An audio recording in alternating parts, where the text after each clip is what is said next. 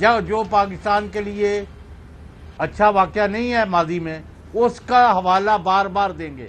کبھی 71 کی بات کریں گے، کبھی کسی بارڈر ایریا کی کریں گے. کوئی پاکستانی جو اچھی باتیں ہیں ان کو چھوڑ کے جو ملک کے دشمن ہیں دوسرے ملکوں کے پاکستان کے بارے میں وہ موقف لے کے یہ لوگ آتے ہیں. اور انفارچونیٹلی بہت سارے لوگ جو ہیں ان کی میموری شارٹ ہے، یا وہ یعنی یملے جٹ بن جاندے نے.